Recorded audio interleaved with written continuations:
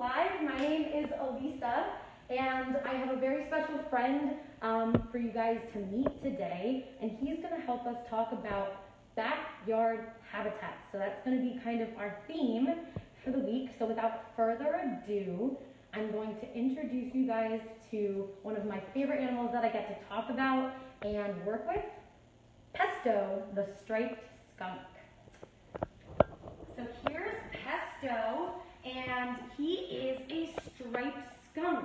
He is an animal that can be found right in your backyards. I'm sure some of you guys have even seen one of these guys in your backyards. So they are what we call a nocturnal, sometimes crepuscular animal.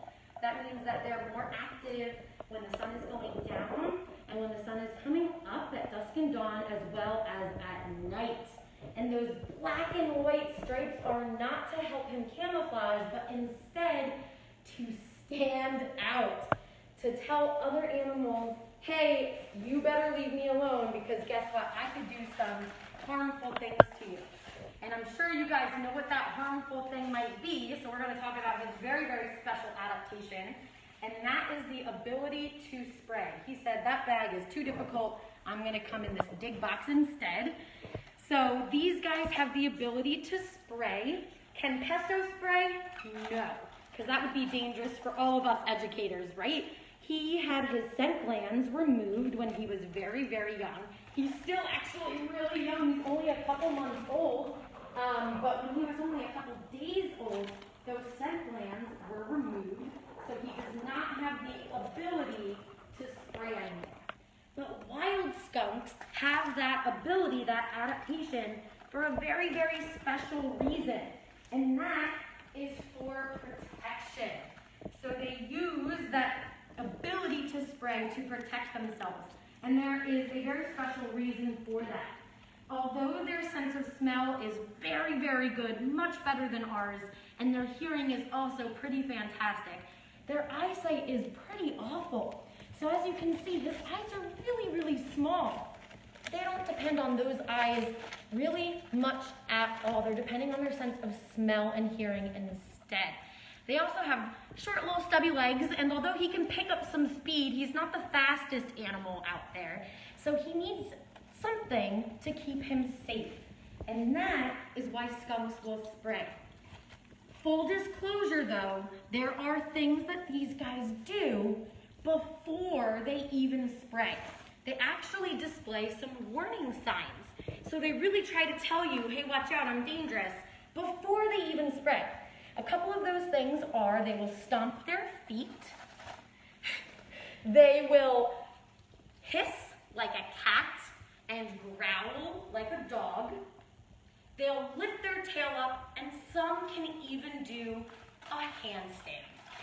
If a skunk displays all of these warning signs and you guys still didn't get out of the way, you kind of had it coming, because he tried really hard to tell you that he was going to spray. The reason why they only want to spray as a last resort is because skunks can only spray about 3 times in a row. They have to wait about a month or more for the chemical to build back up in their bodies in order to spray again. So that's why these guys only spray if absolutely necessary. That spray is also really strong. Not only does it smell, it can temporarily blind you for up to 30 minutes. So skunk spray is definitely not something you want to mess with. I'm wondering if you guys want to comment how many of you guys or your parents have had dogs that have gotten sprayed by a skunk before. I bet at least a couple of you. It is super, super, super strong, right?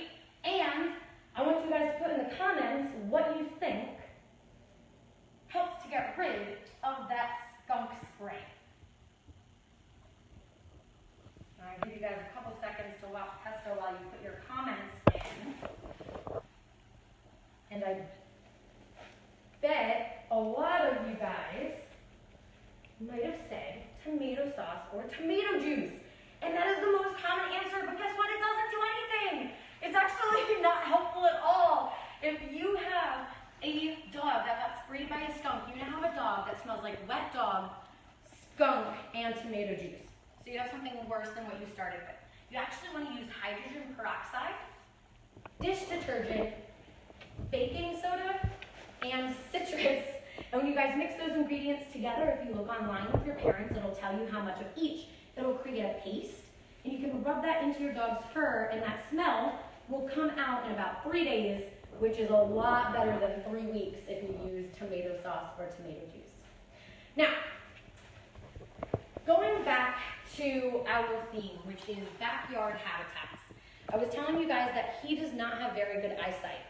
Unfortunately, because of that, these guys often get hit by cars. It's actually the #1 reason why skunks don't live long in the wild. They only live to be about 2 or 3 in the wild, whereas in human care, we're hoping that Pesto can live a good, healthy 8 years, maybe even 10. So their lifespan is decreased drastically due to vehicles. Vehicles are a big, scary, loud thing hurtling very, very fast toward them. So since that is a life or death situation, they're not going to waste their time with warning signs. They're immediately going to spray. The unfortunate thing is they don't know that a car is just going to keep on going, right? So these guys don't live a very long time, mainly because of the cars. So one thing that we can do to help live with these guys, to be able to live in the same world, in the same habitat, because really, we took over their habitat, right? We can try and build green overpasses. So those are basically highways that run over top highways, but they're used for animals. So they're like green bridges. So these are things that are starting to be implemented to help wildlife cross roads and highways without getting harmed. Unfortunately, some common animals that often get hit by cars that could utilize these green bridges are animals that you could also find in your backyard, like deer, raccoons, groundhogs, squirrels, chipmunks, and even birds of prey, especially things like vultures who will eat carrion, and unfortunately they get hit themselves. So we really want to try and adapt to living with these guys, because not only do they want nothing to do with us, they're not going to spray unless we are actively trying to get in their face. They're actually really, really good to have in your backyards. So these guys are what we call omnivores,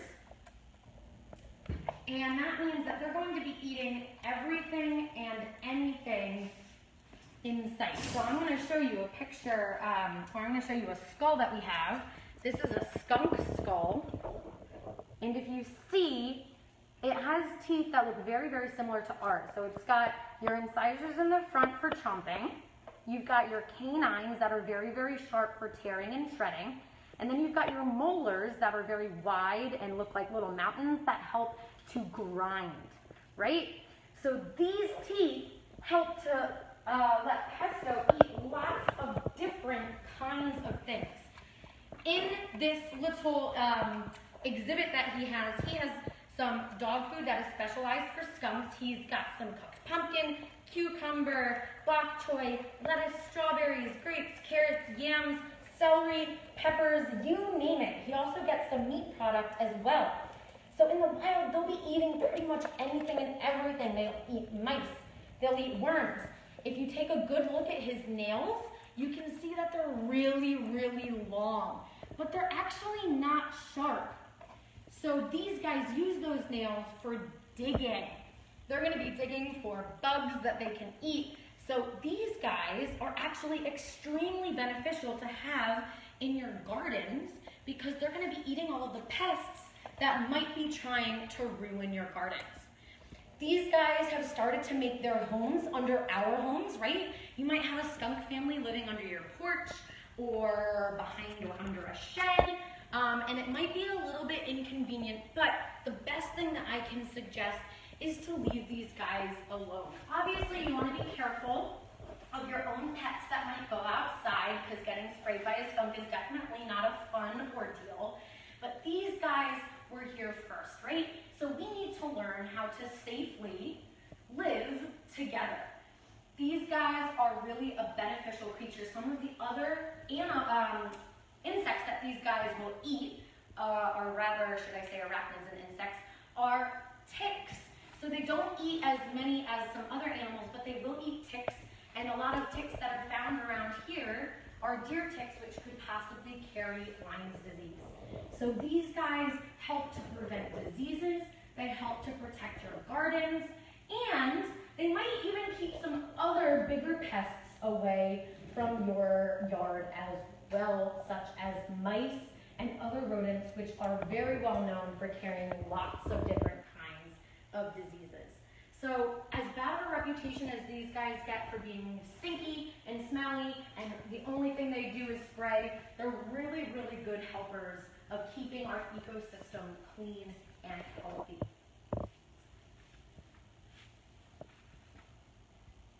So another thing I'm going to talk about while Pesto is roaming around this exhibit are different forms of enrichment that he has. So in here we have something called a dig box, which is what he's going into right now. Dig boxes can be full of lots of different things. This is more of a natural dig box, so it's full of mulch and twigs and leaves, and it's going to promote some natural behaviors for Pesto so that he learns and keeps his mind occupied and busy, and so that we're trying to mimic slightly what these guys would have to do in the wild. Now, I'm sure you guys have possibly seen one of the reasons why you find these guys in your yards is because they're digging through your garbage. That is because these guys are not only omnivores, like I said before, but they're called opportunistic omnivores. Let's see if he'll get what's in that bag, finally. The hardest one, right? You can do it, bud.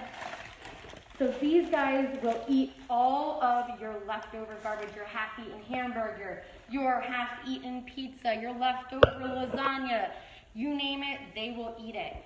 Which is why these guys also can get very, very sick very, very easily in the wild, because they're not going to stop to take the wrapper off of a candy bar that you left in there. They're just going to eat all of that plastic too.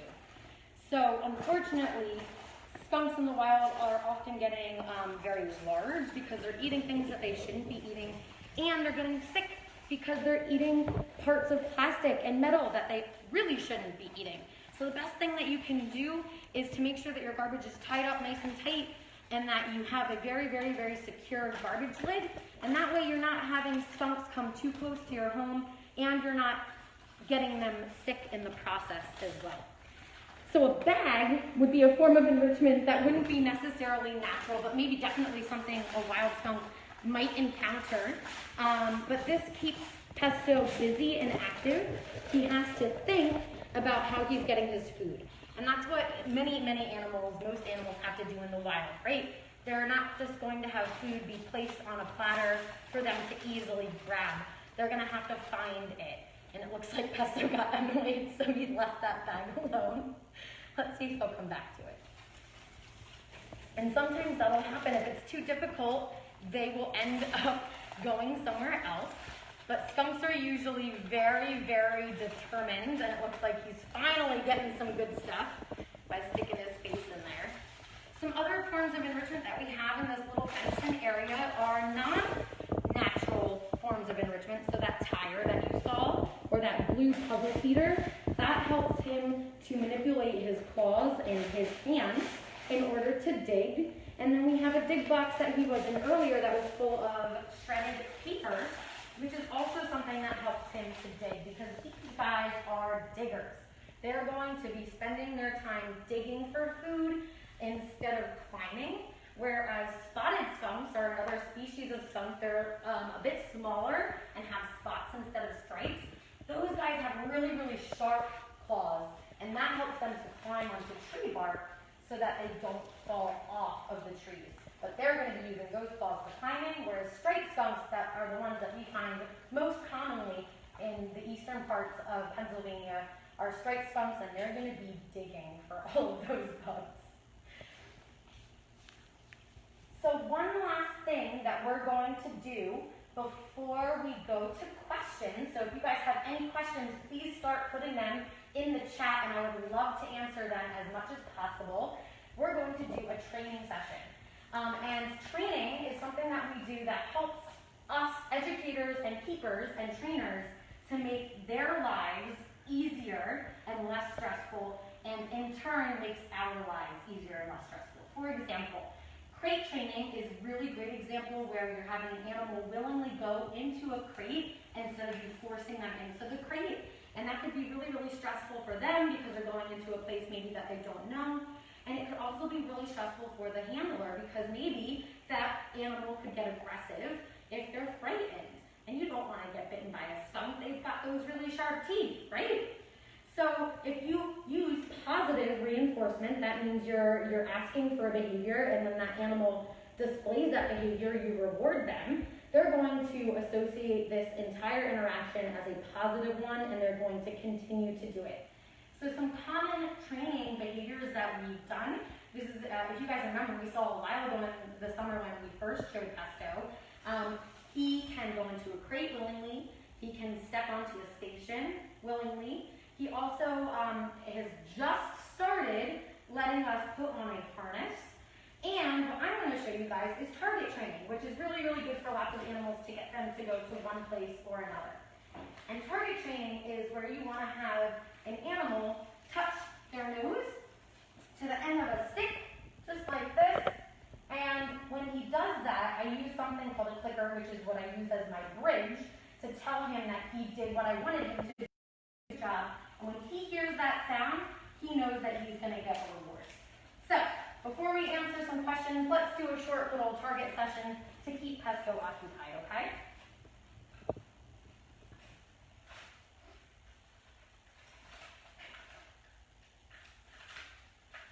Pesto, target.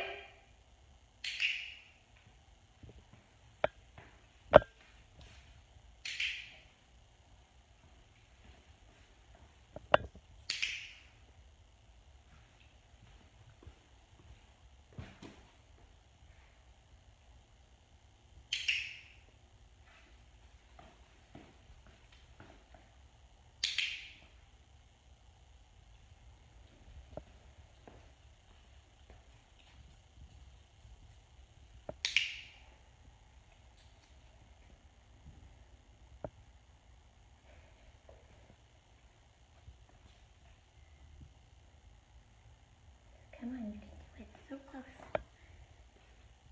Good job. And that is a short demonstration of a target session for you guys. So I think what we're going to do now is I'm going to scatter a little bit more food. And while you're watching Pesto, I'm going to answer some of your questions.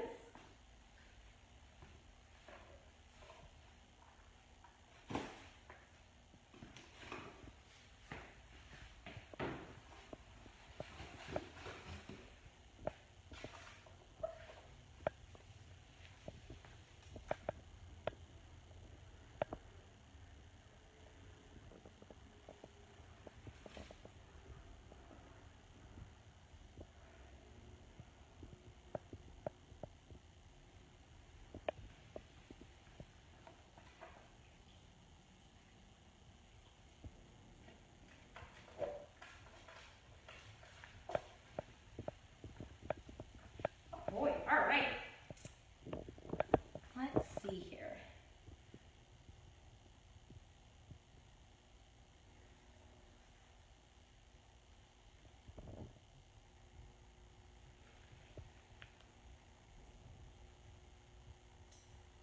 Ooh, okay, so Laura asked, what predators do skunks have to watch out for? What a great question, Laura. So these guys don't have many predators. However, there is one in particular that lives also in your backyards that specialize in eating skunks. And that animal is called a great horned owl. And great horned owls have special adaptations to try and deflect the adaptations that skunks have. And that include not having the ability to smell, so they're not really going to care if a skunk sprays them because they can't smell it. They have something called a nictitating membrane, which is a third eyelid to help protect from that spray as well. And skunks are a big, hefty meal for owls. So owls are going to be using those really, really, really strong, powerful feet to grasp onto a skunk and take them up to a tree and then eat them. them. So predators that would eat skunks the most are great horned owls. However, there might be occasional coyotes or foxes if it's a feisty and big enough fox.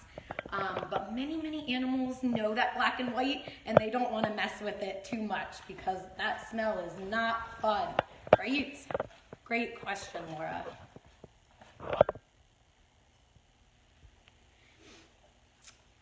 Looks like we have the question of, does Pesto have a favorite food? What a fabulous question. So Pesto here, thus far, I don't know of a single favorite, but I would like to think that probably one of his favorites would be something called Nebraska, which is a meat product that we give multiple animals that we have here at the zoo. I would say the meat is probably his favorite. He also has just been introduced to things like crickets, and he loves crickets. So I would think the bugs and the meat are definitely his favorite, and then probably fruit, and then probably veggies, and then lastly probably his kibble.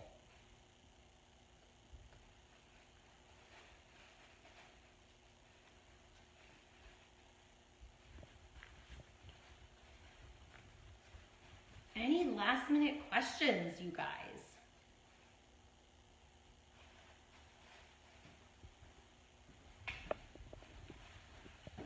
All right, guys, well, if that's it for now, you're more than welcome to continue to comment and ask questions, and I could try my best to get to answer those later.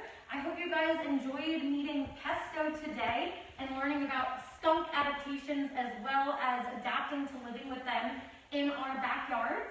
Please make sure to tune in on Thursday, which is when our next Zoo School Live episode will air. And then from me and Pesto and everyone at Elmwood Park Zoo, we would just like to say thank you so much for tuning in, and we hope to see you on Thursday. Thanks so much, guys.